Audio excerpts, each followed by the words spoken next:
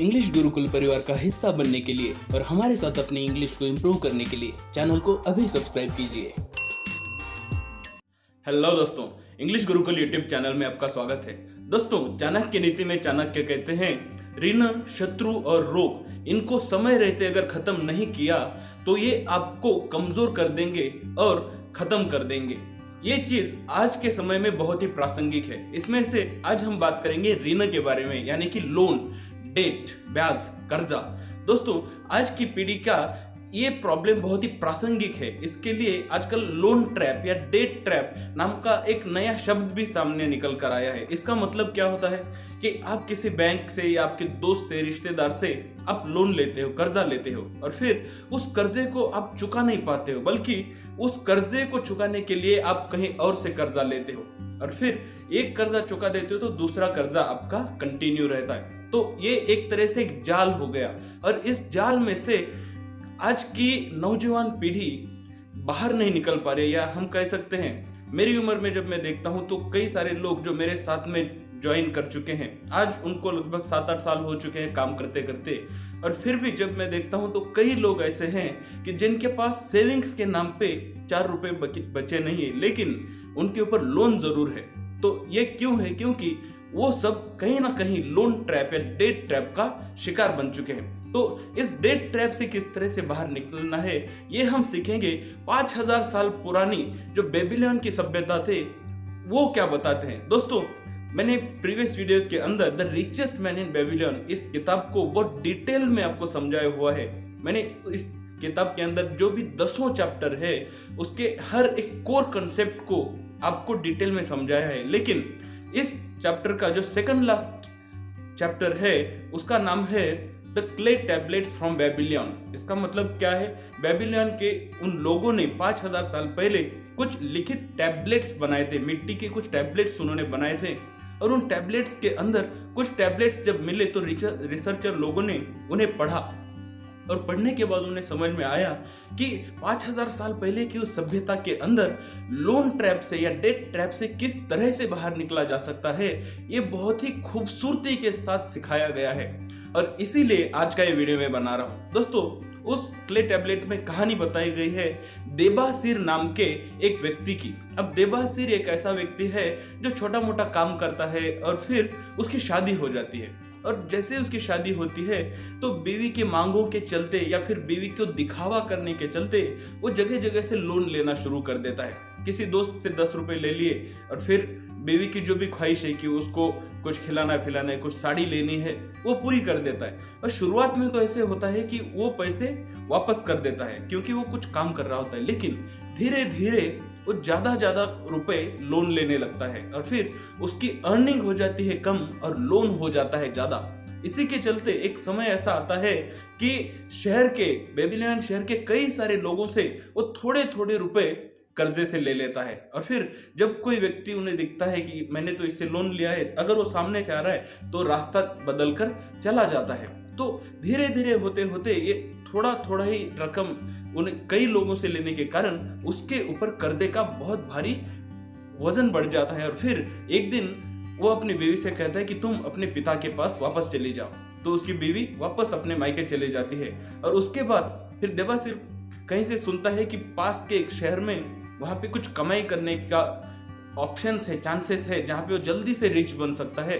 तो उसके झलावे में वो दूसरे शहर में चला जाता है जहाँ पे उसे बतौर गुलाम रख लिया जाता है, और फिर बहुत मुश्किलों के बाद वो वहां से छूटकर वापस आता है। और जब वो वापस आता है तो वहां के गोल्ड लेंडर से वो व्यक्ति जो साहूकार है वो उसका परिचित होता है, दोस्त होता है, और देबासीर उसे जाके कहता है कि दोस्त, तुम मेरी मदद करो। मैं चाहता हूं कि मैं एक रिस्पेक्टेड जिंदगी व्यतीत करूं, और इसके लिए जरूरी है कि मैं अपना पूरा कर्जा चुका पाऊं। जब तक मैं कर्जा नहीं चुकाता तब तक मैं इज्जत से नहीं जी पाऊंगा। तो उसकी इस बातों को सुनने के बाद उसका दोस्त मैथन उसे कहता है कि उसे एक प्लान फॉलो करना चाहिए, और वो प्लान होता है 10-20-70% रूल। दोस्तों, ये रूल बड़ा ही इंटरेस्टिंग है। इसे मैं आपको एक उदाहरण के साथ समझाता हूं। अगर आपके ऊपर मान लीजिए 100 रुपए का कर्जा है, मान लीजिए आपने एक ही जगह से लिया हो या 10 अलग अलग लोगों से लिया होगा, तो आपके ऊपर जो भी टोटल कर्जा है उसे चुकाने के लिए आपके पास क्या ऑप्शन है, इसके बारे में आप सबसे पहले सोचिए। जाहिर सी बात है, अगर आप लोन ट्रैप में है तो आपके पास बहुत ज्यादा अर्निंग के सोर्सेस नहीं है, इसी वजह से तो आपके ऊपर लोन है। अगर आपकी कमाई बहुत ज्यादा रहती तो जाहिर सी बात है कब का आपने उस लोन को चुका दिया होता। तो आपकी जितनी भी कमाई है उस कमाई को आपको 3 हिस्सों में डिवाइड करना है, 10%, 20% और 70%। अब इसका जो 10% हिस्सा है उसको आपको किसी को भी नहीं देना है, ना ही खुद के ऊपर भी आपको उसे खर्चा करना है। आप उसे कह सकते हो एक सेफ्टी डिपॉजिट आपके लिए रहेगा। एक ऐसी रकम 10%, अगर आपकी कमाई 10,000 रुपए है तो 10,000 का 10% यानी 1,000 ये रुपए आपके सेफ्टी डिपॉजिट में चले जाएंगे। आज के डेट में अगर आप चाहो तो कई सारे सोर्सेस है, जैसे कि ईटी मनी नाम का एक ऐप है जहां पे स्मार्ट डिपॉजिट का ऑप्शन है, तो आप वहां पे सेव कर सकते हो, या फिर अगर कैश में रखना चाहते हो तो आपकी इच्छा अनुसार आप उसे कैश में रख सकते हो, या फिर सोना वगैरह कुछ खरीद के आप उसे रख सकते हो। लेकिन किसी भी सूरत में आपको उस 10% को खर्च नहीं करना है। क्यों? क्योंकि आप लोन तो चुका दोगे, लेकिन at the end of the month आपके पास कुछ तो जमा पूंजी रहनी चाहिए। ये जमा पूंजी आप में कॉन्फिडेंस देगी। साथ ही साथ अगर कुछ अनसर्टेनिटी आती है तो उन अनसर्टेनिटीज और इमरजेंसीज को फाइट करने में ये 10% अमाउंट आपके काम आएगा। नेक्स्ट हिस्सा रहेगा 20%। ये 20% हिस्सा आपको लोन चुकाने के लिए उपयोग में लाना है। अब यहाँ पे 20% कहा गया है क्योंकि 70% ये वो अमाउंट रहेगी जिसमें आपको आपका जीवन यापन करना है। दोस्तों, इस किताब को पढ़ने के बाद मेरे ध्यान में आया कि अक्सर मैक्सिमम लोग जितना अगर 10,000 कमाते हैं तो वो 7,000 में अपना जीवन यापन कर सकते हैं, लेकिन जो 30% एक्स्ट्रा वो खर्चा करते हैं, कहीं ना कहीं वो अपनी ख्वाहिशों के ऊपर या दिखावे के ऊपर, एक्स्ट्रावेंजा के ऊपर खर्च कर रहे होते हैं। तो अगर इस मेथड को आपको अच्छे से इंप्लीमेंट करना है तो वो जो 30% है उसी का आपको ज्यादा उपयोग करना है, और जो 70% है उस 70% में आपको आपका जीवन अच्छे से बिताना है। ऑथर कहते हैं कि जब आप 70% इनकम में आपका पूरा महीना व्यतीत करना सीखोगे तो आप देखोगे कि आपको कुछ ज्यादा सेक्रीफाइस करने की जरूरत नहीं पड़ेगी। अगर आप पहले 10,000 खर्चा कर देते थे पूरे महीने में, तो हो सकता है या बहुत ज्यादा चांस है कि उस 10,000 में से 3,000 रुपए आपकी फिजूल खर्ची रही होगी।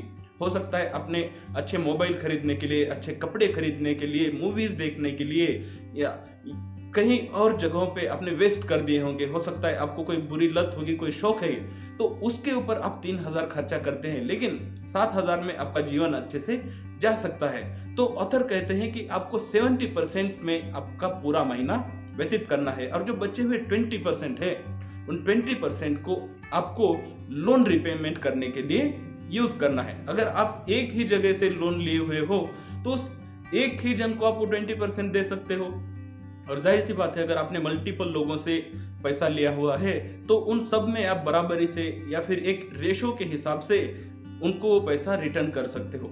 जब आप धीरे धीरे ऐसा करने लगेंगे तो इसके 2 फायदे होंगे। पहला फायदा ये कि आपको खुद में कॉन्फिडेंस आएगा कि हाँ, मैं अपना लोन कम कर सकता हूँ। जब आप देखोगे कि आपको 10,000 रुपए वापस चुकाना था तो उसमें से एक महीने में आपने 2,000 चुका दिए हैं, तो आप में कॉन्फिडेंस आएगा कि चलो देखते ही देखते अगले 5 महीनों में मैं लोन फ्री हो जाऊंगा। ये चीज आपको खुद के ऊपर यकीन बढ़ाने में काम आएगी। और इसका दूसरा फायदा ये होगा कि जिन लोगों को आपका पैसा देना है, कहीं ना कहीं वो ये मानते हैं कि ये पैसा मेरा गया है। तो अगर इतने दिनों से आप लोन नहीं चुका पा रहे तो कहीं ना कहीं जो लेंडर है, जैसे बैंक के अंदर एनपीए का कंसेप्ट होता है कि 90 दिन तक अगर आप एक भी ईएमआई नहीं देते हो तो आपके सारे लोन को एनपीए में डाल देते हैं। तो कहीं ना कहीं बैंक भी एनपीए डाल देता है, तो अगर आपके दोस्त या रिश्तेदार है वो भी मान लेते हैं कि ये पैसा भी वापस नहीं देगा। ऐसे में जब आप थोड़े थोड़े करके उन्हें कहते हो कि मैं थोड़े थोड़े करके आपका पूरा पैसा चुका दूंगा, तो उनको भी आपके ऊपर कॉन्फिडेंस आ जाता है, विश्वास बन जाता है, जिससे कि आपकी विश्वासार्हता बनती है और साथ ही साथ आपके प्रति देखने का नजरिया, आपका आदर, आपका रिस्पेक्ट कई गुना बढ़ जाता है। तो इस तरह से जब आप लोन को सिंप्लीफाई कर दोगे तो हो सकता है टाइम लगे, जितना ज्यादा लोन है उतना ज्यादा टाइम लगेगा, लेकिन होते होते पूरा लोन 100% चुक जाएगा। अब इसके ऊपर एक बोनस टिप मैं आपको बताना चाहूंगा। दोस्तों, जब आप कोई लोन कैलकुलेटर ऐप ओपन करोगे तो आप देखोगे कि अगर आप जितना ईएमआई है उस ईएमआई के अंदर 10% ईएमआई ऐड कर देते हो तो आपका जो टर्म होता है वो लगभग 15 या 20% तक कम हो जाता है। उदाहरण के तौर पर अगर आप घर का लोन चुका रहे हैं, घर का ईएमआई आप चुका रहे हैं और आपका ईएमआई अगर 10,000 रुपए है तो उसमें अगर आप 10% इजाफा कर दोगे यानी 10,000 की जगह 11,000 अगर आप आपका ईएमआई बढ़ा दोगे तो आप देखोगे कि जो आपका 20 साल का टेन्योर होगा वो कहीं ना कहीं 18 या 18.5 साल तक आ जाएगा, यानी कि उसके अंदर ज्यादा घटौती आपको देखने को मिलेगी। तो ऐसे ही कुछ इंटरेस्टिंग चीजें आप कर सकते हो। अगर आप देखते हो कि 70% आपको खर्चा करने की जरूरत नहीं है बल्कि 60% में ही अगर आपका काम हो जा रहा है, पूरा महीना चल जा रहा है, तो आप आपका ईएमआई का अमाउंट 20% से बढ़ाकर 30% कर सकते हो और ऐसे करके जो आपको इंटरेस्ट चुकाना है वो इंटरेस्ट भी सिग्निफिकेंटली कम हो जाएगा और कम समय में आप डेट फ्री हो जाओगे। दोस्तों उम्मीद करता हूं रिचेस्ट मैन इन बेबीलोन इस बुक में से ये जो कंसेप्ट मैंने आपको समझाया है ये कंसेप्ट आपको पसंद आया है। और इस वीडियो के प्रति अगर आपके कुछ फीडबैक है, कुछ सुझाव है तो जरूर कमेंट कर बताइए। ऐसे ही और इंटरेस्टिंग वीडियोस देखने के लिए आप इंग्लिश गुरुकुल यूट्यूब चैनल को सब्सक्राइब कर सकते हैं। Thank you very much.